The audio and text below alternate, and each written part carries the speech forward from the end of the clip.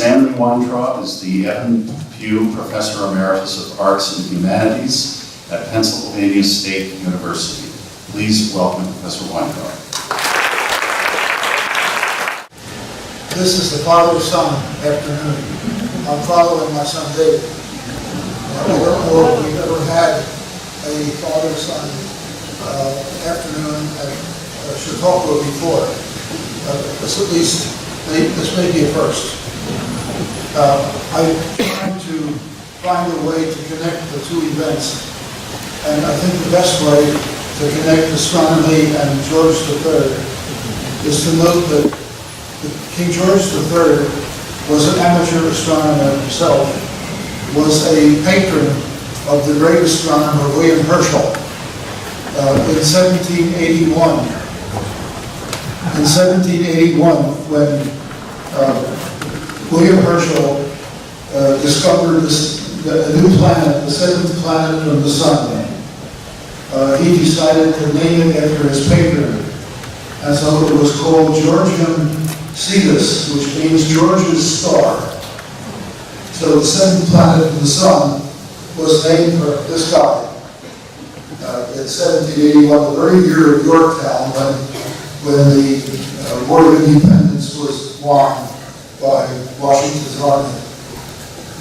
It didn't stick because the tradition already was that planets were to be named for mythological figures. It took 70 years of discussion, but finally the planet was named Uranus. So planet Uranus was originally the planet George. There's my connection.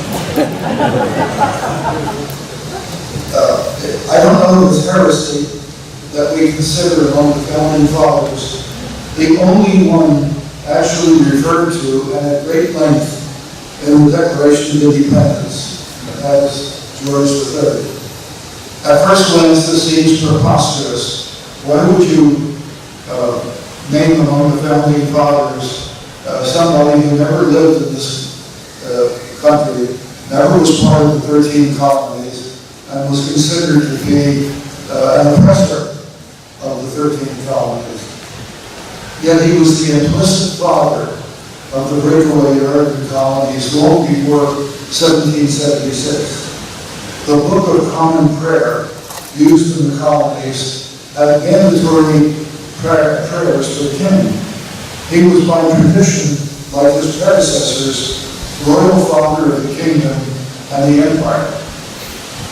During the French-Canadian War in the early 1760s, a New England cleric, the Reverend Samuel Cooper, told his congregation that the colonists were indebted not only for their present security and happiness, but perhaps for their very being, for the paternal care of the monarch. Paternal care, fatherly care.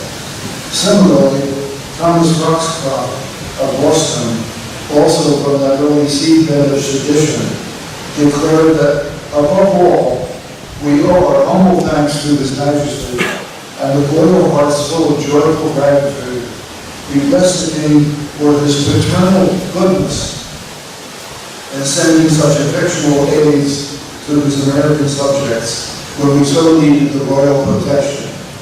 That is the protection for the French and the Indians in the early 17th century. Colonists who with the clef system they moved into America, whether they were the laboring poor or the planter and merchant elite, discovered and few formerly regulated land, were aristocrats or land proprietors designated by London and beholden to the crown. As the father regulated the destinies of his children, so the king presided, however remotely, over his enlarging family, all considered subjects, persons bound by obligation to allegiance. The fatherly metaphor may seem peculiar to us now, yet the tradition of paternal loyalty had never been dependent upon age. As the king's own father, Prince Frederick of Wales, had died in 1751, the new King George was 22 in 1760, when he succeeded his very much disliked grandfather, George II. When colonial antagonism with the mother country grew, George was still in his callow 20s and had yet to learn how to exert the authority of his crown. Be a king, George, his widow mother kept reminding him. A rare disrespectful English cartoon in 1863 imagined him as a simple-minded country squire responding openly to the complaints of his tenants. You know, good people, I don't trouble myself about my estate. I leave the management to my stewards and clerks. If they supply me with money, that's sufficient. If so, that's changed as he grew. As a somewhat later cartoon captioned, His Majesty, you see it with his coat's buttons aside, declared his fixed intentions to preside. That wasn't true, though. King George, however, he usually presided, did so indirectly, delegating his royal authority to his appointed ministers. Whether or not the king penned his own speeches to Parliament, his addresses after the colonial war with France declared his intent to be a stern but loving father to his children in America. The public tranquility upon terms of honor, he claimed, was the first great subject of my reign. Our care ought to now be employed, he added, to cultivate the arts of peace and to augment the happiness of my kingdoms. For these great purposes, I have called you together to demonstrate to my people the love which I bear them. George meant the colonists, and that required, he proposed, raising revenue for defraying the expenses of defending and protecting the British colonies and plantations in America. Even after passage by Parliament of the controversial Stamp Act, a petty documentary tax on the colonies that would soon be rescinded, supporters of the king explained that the fee wasn't a royal demand, but a royal ministerial judgment. That is, the ministers, not the king, were involved. When alternative taxation was substituted, Americans blamed irresponsible members of Parliament across the ocean rather than George III. For as a Bostonian and verse loyally addressed the young king, like our first parent, when indeed and blessed, we see you posted higher than the rest. So this came from the so-called aggrieved colonists. To some exasperated colonists, the king's vile, they used the word vile, bureaucrats surrounding the idealized throne were always responsible, and were taking George himself to intervene and void the Stamp Act and its successors. Benjamin Church, another Bostonian, appealed in a poem called The Times by an American. George, parent, king, our guardian, glory, pride, thy offspring pleads a parent's fostering care. Reject not, frown not, but in mercy spare us. The father of the American colonies was then only 26. He would later regret his intervention on the side of the troublesome transatlantic urchins as having awakened an insatiable appetite for concessions. Other petty taxes in the 1770s, like the notorious one on imported tea, raised further fury, what the king called commotions and insurrections. He questioned angrily, these children, planted with our care, nourished by our indulgence, protected by our arms, will they grudge to contribute their might meaning a petty tax? The English in England were far more taxed than the Americans ever were. Even Cole Revere, bearer of the battle news about Lexington in 1775, had accepted King George a decade earlier as graciously, that was his term, graciously representing American aspirations. In 1776, Revere had drawn a four-part engraving of an omnibus erected under the Liberty Tree of Boston on the rejoicings for the appeal of the Stamp Act.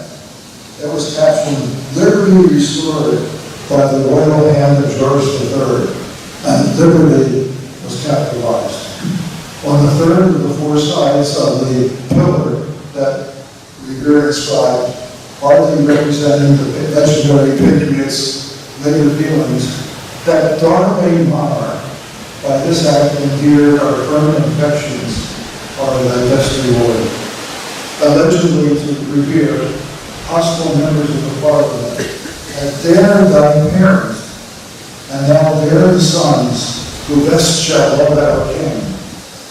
This was Paul Revere, the hero of Longfellow's famous poem, a decade before his horseback ride into history. Also, the Stamp Act repeal year of 1766, Richard Lynn, Williamsburg, Virginia, had acknowledged the king as father of his people, and Nathaniel Niles of Newburyport, Massachusetts, used the family image to relate royalty to country and referring to the king as representing our parent. Rebellion was still developed. In 1767, this is still years before the Revolution, Benjamin Franklin, then on colonial business in England, also lauded King George as truly, I'm quoting Franklin, truly the common father of his people. It was a cautious tribute. Franklin profited by the patronage system common to all governments. Royal patronage provided jobs, titles, and rewards, and operated on purchase of promised support. Under the previous king, that is George's grandfather, in 1754, Ben Franklin, as a rising politician in Pennsylvania, recognized that the American colonies would eventually surpass the mother country in population, and that in a cross-oceanic partnership for trade, freedom, restrictions, each would profit. He proposed a global Congress, a plan for federation with the parent country and a transatlantic parliament, including a shared colonial defense against the Indians of the French and the Spanish. Jealous of their prerogatives or their excessive boast, few colonists wrote Franklin's mission. I'm still of the opinion, he wrote decades later in his autobiography, that the plan of union would have been happy on both sides of the water. The colonies, so united, would not have needed to defend themselves. There had been no need of troops from England, and of course the subsequent pretense for taxing America and the bloody contest that avoided would never have happened. History is full of the errors of states and princes, he wrote. He didn't name or blame George III as contributing to the failure of the dream. Taxing America seemed only an excuse for separation. The few colonists were inconvenienced by taxes, even by a fee on tea, the British staple. Many Americans, that is, openly bought bootleg tea, and others brewed leaves from domestic shrubs without conceding very much difference. As Son Jenkins, a commissioner of the Board of Trade in London, observed simply, the idea that people cannot be taxed without their consent was the reverse of truth, for no man I know is taxed by his own consent. The king favored repeal of controversial taxes on restless colonials, but not on more docile inhabitants of England, and he pressured the reluctant House of Lords until that was accomplished. John Hancock, a Boston merchant, later considered one of the founding fathers, gave a lavish party to celebrate King George and the news. He said the colonists were now as quiet and submissive to the government as any people under the sun. Thomas Jefferson then declared that Parliament in London had no right to exercise authority over us, but he accepted the premise that the king's political body was a parental link to America. He would change his mind even about that language vote, 1776. Tom Paine, who was mentioned earlier by David, denied even that symbolic connection, contending that the Pharaoh of England, as he called George, had only the pretended title of father of his people. So he denied the founding father concept. Despite Tom Paine, accommodation rather than rebellion was the spirit of the 1760s. Most leading colonists assumed that reason about loosening but not breaking ties would prevail in Britain through the joint interests of the rising commercial class and the dependent but high-bound aristocracy. John Dickinson, a Philadelphia lawyer with prosperous farms in Pennsylvania and Delaware, he was later the governor of each state, laid out the case for the governments not provoking disloyalty in the colonies by heavy taxes and token customs duties. Since these are established precedents for first-year taxation, their implications will not go unnoticed in America. In his foreigners' letters, which began appearing much reprinted in newspapers beginning in December 1867, Dickinson argued that the colonies paid the equivalent of taxes through the profits that the parent country received in trade. The home government feared that softening the tax policy would make the colonists feel too liberated, and they owed their positions, after all, to the home country across the city. So Parliament was reluctant to avoid all taxes. And the king was reluctant to remove the people that he called the king's friends, that is his ministers, from office, because seeking new replacements would create people in office who made it less reliable. Attempts at coercion of the colonies followed. Political troops sailed across the Atlantic to remind colonists of their legal attachment to Britain. With hopes for accommodation and banishment, Dickinson would become a member of the future Continental Congress and another founding father. No royal intervention could postpone the inevitable separation. The king's friends in Parliament offered no solution beyond shows of force to influence the outcome. Realizing the potential cost of parting from his transatlantic family, King George ordered his prime minister, this island reduced to itself would be a poor island indeed. We have something like that occurring now with Brexit, with people worrying that England, this poor island, would be reduced to itself and suffer accordingly. Yet the path from imperial parent to inadvertent founding father would become irreversible. Even then, a royal pamphlet published in Boston only 2 years before Bunker Hill asked, "Where can an affectionate but afflicted people go but to the bosom of their affectionate sovereign? Where can children who are in danger of being disinherited flee but to the breast of their royal father, their friend, their guardian?" The familial image was a powerful and lasting one until it seemed brought in America as a paternal betrayal. At the start of the rebellion in 1775, the king, taken by surprise, as the agreed colonists were lightly armed and lacked leadership, described the uprising against token redcoat occupiers as parricidal, a conspiracy employing false expressions of attachment to the parent and thus to me. He was unruly determined to prepare the Parliament to compel absolute submission.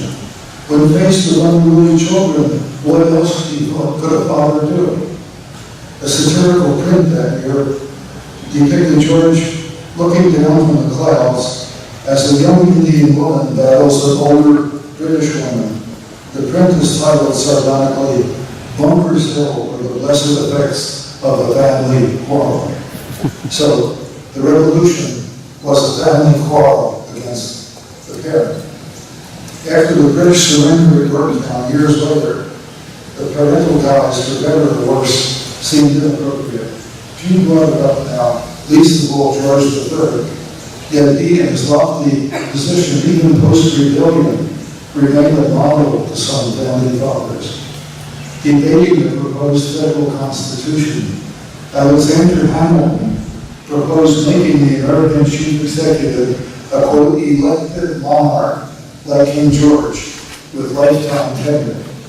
James Madison, another founding father, proposed giving the executive a veto over state laws as, quote, the King of Britain heretofore had. We seldom recall the esteem which King George was held even after independence, because by the close of the 1780s, he apparently contracted a disabling infection, porphyria, which caused intermittent years of delusions, paralysis, and blindness, some form of insanity.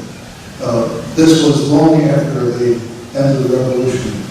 A moving 1991 play by Alan Bennett that later became a popular film as The Madness of King George talks about and dramatizes the madness that occurred then. The King's parental relationship with the American colonies long preceded that pathetic decline. In the hip-hop musical Hamilton, King George, the only non-American, the only non-colonist in the play, does a scene-stealing, strutting dance burdened by his big crown, and becomes one of the most beloved characters in the play. Andrew Rannells, one of the actors who played George III, observed that he did not realize, quote, how much people in the audience would dig the king. According to Jonathan Brock, who also took on the role of George III, the character becomes a fan favorite. The 9 minutes are so impactful, and the inverse of all the parts. And this was not made up. The lyrics are based on the King's address to Parliament in 1775, after the news of Lexington and Bunker Hill reached England. His Majesty reacts as if a pained parent to the estranged child. So this was taken right out of the speeches of George. You say the price of my love is not a price you're willing to pay. You'll be back soon, you'll see, he tells the colonists. You'll remember you belong to me. And when push comes to shove, I will send a fully armed battalion to remind you of my love. You're my favorite subject, my loyal subject, forever and ever and ever. That's King George's dance and the hip-hop pound.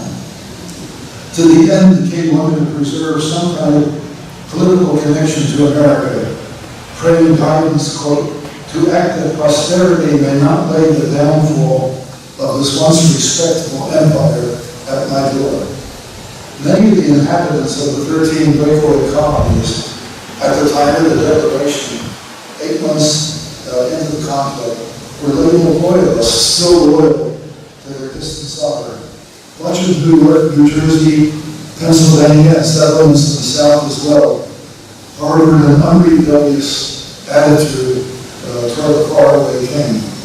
Self-styled patriots who had years of difficulty recruiting rebellious army were largely merchants and plantation owners with much to gain by freedom from overseas imposition, and also manipulated the power of the colonial press to entice adherents. The governor of New Jersey, a staunch supporter of King George, was William Franklin, Ben Franklin's son. Ben, who arranged William's appointment, later disowned him because I think he only met him once after the war. And William Franklin fled to England. Philadelphia and New York, the largest colonial cities, were hostile to independence, although the Continental Congress met in geographically central Philadelphia. Much divided in loyalty, many Philadelphians welcomed British occupation, King George was still their paternal lord.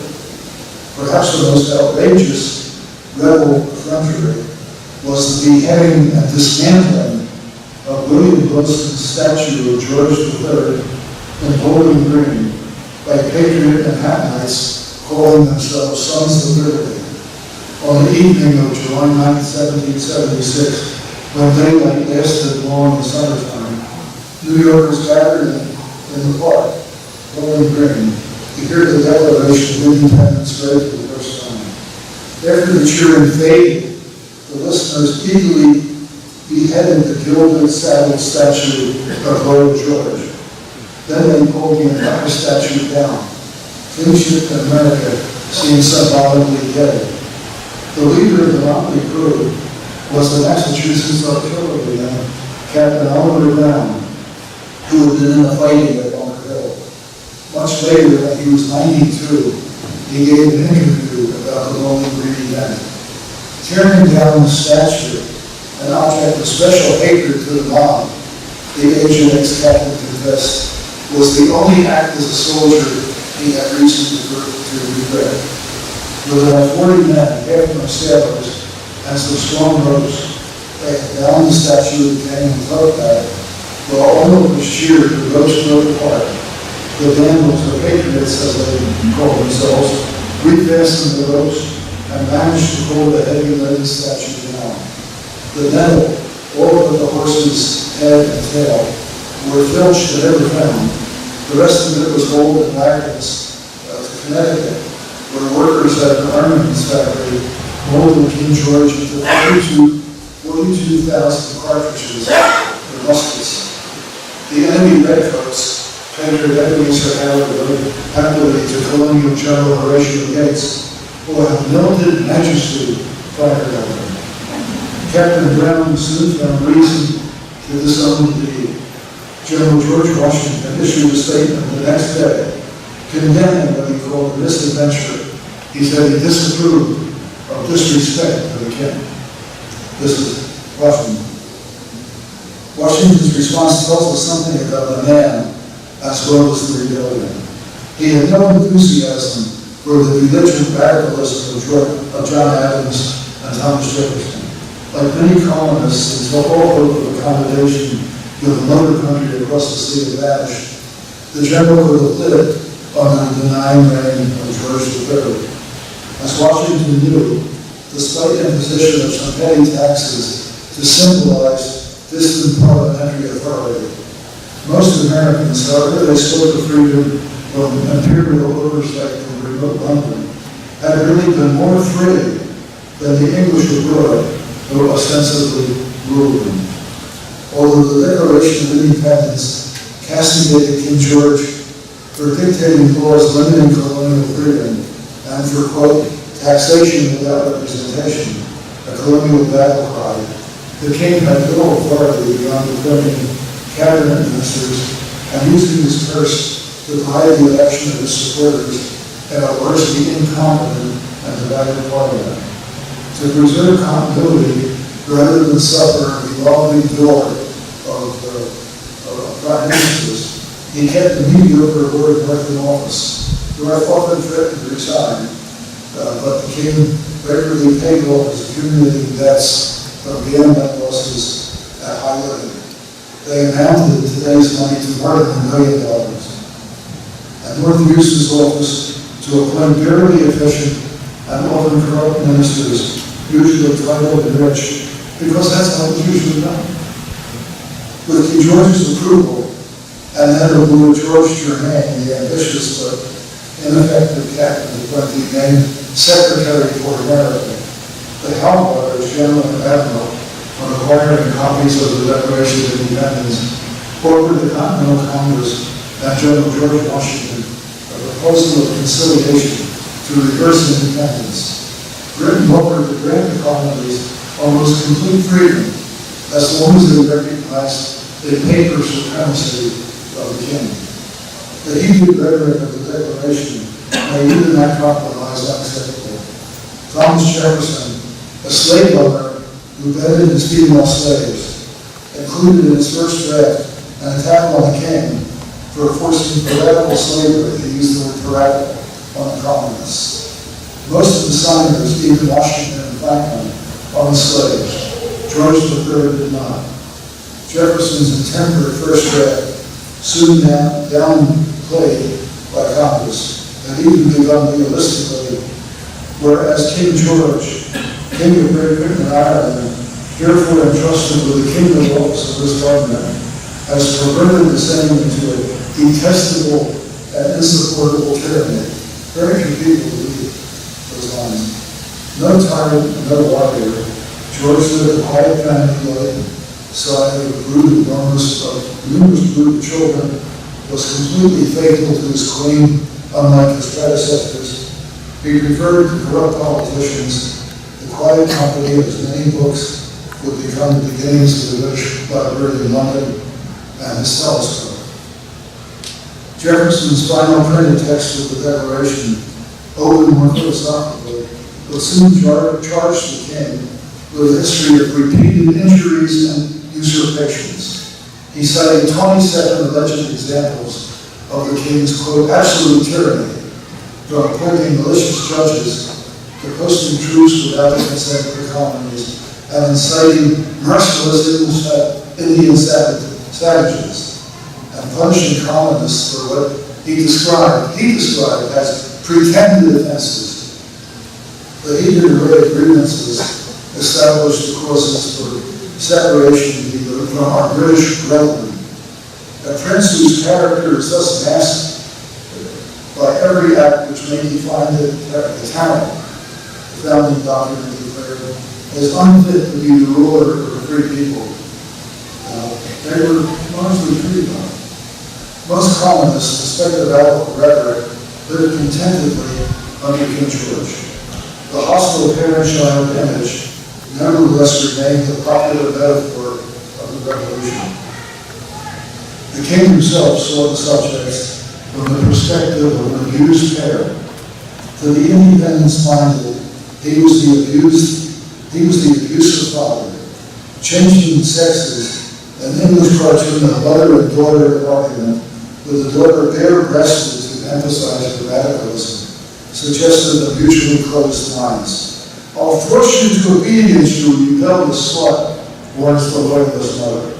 Liberty, liberty, mother, while I exist, the rebellious daughter shouts back. Another cartoon at London's Westminster Magazine was titled The Parasite, a sketch of modern patriotism. A parasite, as I noted earlier, is the murderer of a parent. The cartoon depicted daughter America and feathered Indian headdress, armed with flails and each outstretched hand, attacking a hopeless Mother Britannia who was being held down by Yankee patriots. A protected British lion is being restrained by a severe-looking Massachusetts clergyman. 6 years of conflict were complicated by an ocean of distance, inconsistent generalship, poor soldiers' pay, flagging morale on both sides, and feuding and tax-averse colonies.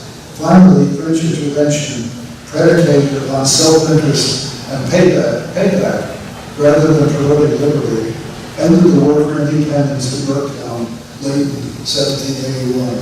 That's the year that Uranus was named for King George. The dreaded but long anticipated dispatch about defeat was received by the despairing Lord Norfolk Prime Minister. He sent copies to the American Secretary of the King. While the Secretary was embittered at home, the royal message arrived. I particularly lament that the King wrote about George at Yorktown, yet popular resentment at the allegedly coddled colonists pushed him to offer somehow to continue the war. To the Prime Minister, George wrote vaguely, the government must adopt a plan and abide by it. With the assistance of Parliament, I do not doubt, measures, if well connected, may result in a good end. Otherwise, it may be spawned certain ruin will ensue. The message was more ambiguous than his response to the American Secretary, but earlier the next year, the King would relieve the laws. Secretary Germain was granted the empty titles a barren, Bolingbroke, and Viscount Sackville. They were the usual rewards for failure. You give somebody a goodie. The month before, January 1782, the Lieutenant General at Yorktown, Lord Cornwallis, would be created an earl, and the failed trader Benedict Arnold, who presumably had also served the kingdom, arrived in England with him. Arnold found his reception less than friendly. Gentleman's Magazine quoted an unnamed courtier as deploring the placement at the king's elbow, a man perhaps the most obnoxious to the feelings of the Americans of any of the king's dominions. King George would never receive Benedict Arnold. He was a murderer. Displaying his combative words, His Majesty's usual passivity about the war, its hopelessness for retaining America, was depicted post-Yorktown by the great English cartoonist Thomas Walton. The State Watchman, discovered by the genius of Britain, studying plans for the reduction of America. That was a study. The State Watchman, discovered by the genius of America, studying plans for the reduction of America. The State Watchman, rolled asleep on a sofa, was George III. Deploring the implications for the empire, Britannia asks, am I thus protected? Obviously, the precedent was free, far more open than, for example, Puritan, Massachusetts. After nearly a year of peace negotiations, the document approved by the representatives of both sides arrived in London. According to the preamble to the treaty, divine providence had been pleased to, quote, dispose the hearts of the most serene and most potent Prince George III and the United States of America to forget all past misunderstandings and differences that have unhappily interrupted the good friendship which they mutually wish to restore. John Adams, one of the American signers, and of course a family father, would arrive in London as envoy from the Revolution. I wish you, sir, to believe, the king assured him, that it may be understood in America that I have done nothing in the late contest but what I thought myself indispensably bound to do by the duty I owe to my people. I'll be very frank with you. I was the last to consent to the separation, but the separation having become inevitable, I have always said, as I've done now, that I would be the first to meet the friendship of the United States as an independent power. One of the few pre-war Americans to remain welcome at court was the expatriate American artist from Philadelphia, Benjamin West, Lord of the Royal History Painter. Discussing pictures with the king, and frankly confessing his ambition to do a portrait of George Washington, West was asked what he thought the general would do as peace king. Would he choose to remain in the army as commander? Would he become head of state? Washington would be, the king predicted, anything he wanted to do. West said he had learned that Washington only wanted to return to his farm at Mount Vernon. His Majesty was astonished. If Washington does that, the king declared, he will be the greatest man in the world. On Washington's journey home, late December 1783, after the last soldiers had sailed from Manhattan, a day of public Thanksgiving was celebrated for the, quote, blessings of our honorable peace.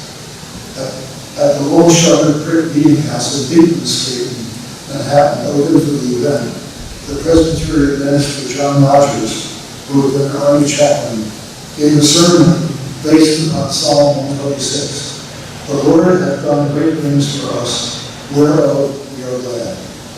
From the litany in the Book of Common Prayer, he added the traditional blessing to the king, as if nothing had happened. At Annapolis on December 22nd, just before Washington crossed the Potomac and moved to retirement at home, a grand dinner was held in the general's honor by representatives of Congress gathering to receive his resignation as Army Commander. 13 posts were given in symbolic recognition of the 13 colonies soon to become states. after toast to the United States and to the Army, as toast number 3 came down to His Most Christian Majesty, King George. It seems incredible, but this is what happened at the Continental Congress as Washington left the island. Although George III had threatened to abdicate after the surrender, he had second thoughts, which he put in the draft memorandum now in the Royal Archives at Windsor. America is lost, he wrote. Must we fall beneath the blow, or have we resources to repair the mischief? There were alternatives, he contended, to the failed colonial scheme that would sustain British power and prosperity while still involving and impeding the United States of America. A people, I'm quoting him, a people spread over an immense tract of fertile land, industrious because free, and rich because industrious, presently will become a market for the manufactures and commerce of the mother country. He conceded that the war had been mischievous to Britain because it created an extensive blood and treasure worth more than we ever received in America. The more significant that Americans as colonists became, the less they will be the fit instruments to preserve British power and consequence. Investing in the former colonies would only add to the insecurity of our power. An empire destined to be lost wasn't worth the burden to preserve, yet it could still promote British prosperity with the marketplace. The king was arguing in parallel with Josiah Tucker, an Anglican minister and an amateur economist who was writing George III had ever seen. Tucker had called America a millstone around the neck of Britain and claimed, if we ourselves had not the wisdom to cut the rope and let the burden fall off, the Americans had not been done before us. Obviously, George agreed. Mutual interest, Tucker wrote, was the only tie between America and Britain at all times and seasons, and this principle will hold good till the end of time. Many founding fathers have been wary of complete separation until the very last. Some would not even sign the Declaration of Independence, but came around belatedly. George III was just accepting reality a little later than some holdout patriots who went to further concessions. The king said as much to John Adams, the first American minister to his court, whom he received amiably on many occasions, when other Englishmen seemed mortified by defeat and ashamed to have his presence. I was the last man in my kingdom, said the king, to consent to your independence, and I shall be the last to do anything to infringe it. In a post-war poem, America, a Prophecy, William Blake saw the rebellion as a civil war between parent and child, Britain and America, George III and George Washington. June the 4th was the king's birthday, long celebrated in the colonies. Then came peace and a new nation. Summoned from his plantation to become president, George Washington had been inaugurated on April 30th, 1789. On June 5th, when the first Congress under the new Constitution was meeting in New York City, Senator William McClay wrote, "Yesterday was the anniversary of His Britannic Majesty's birth. It was a high day and celebrated with great festivity." Perhaps even then, Americans were recognizing the first and last founding father. Thank you.